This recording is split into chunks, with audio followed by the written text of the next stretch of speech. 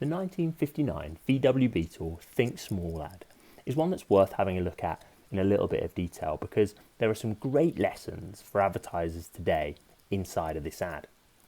Now, to really understand it, you have to look at the context that it sat in at the time. This is a relatively unknown German brand launching into a very patriotic American market, which is starting to get into muscle cars, where the competition have big engines, the cars themselves are getting bigger, and they tend to advertise around some of those new key statistics that they've got, particularly that idea of more power. The VW is got a small engine, it's a small car, it's pretty cramped to get 5 people into it, and it's by no means a foregone conclusion that this car is going to go on to launch successfully, let alone to be a huge bestseller. But where the ad really helps the car to succeed is in creating a really clear space for it. And you can see just by looking at the ad itself that the art execution of this really delivers on that message of think small. The position of the car, the look of the ad, it looks very different. It grabs your attention. It stands out, and the art supports the message really nicely.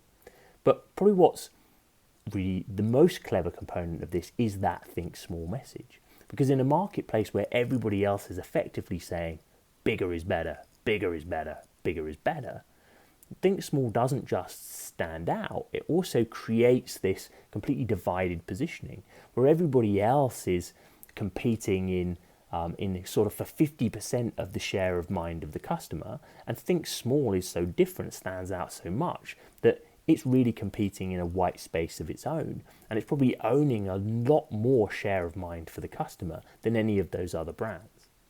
Not least that message connects into the key reasons that people might buy this, so it also has an activating component. The car is physically smaller, it's easier to drive, it's smaller in terms of price, smaller in terms of running costs, and also it ties into an emotional element around the opposite of bigger is better. And it's probably no surprise that the Beetle represents a lot of what we think about when we think about the flower power movement. It's saying, maybe we don't need more, maybe we can live smaller, maybe we can be simpler. So it has an emotional component as well.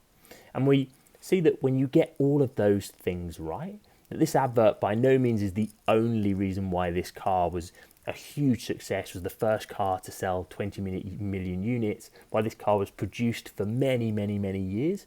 But this ad played a key role in setting up how people understood the brand and setting up the reasons for people to go out and buy the brand.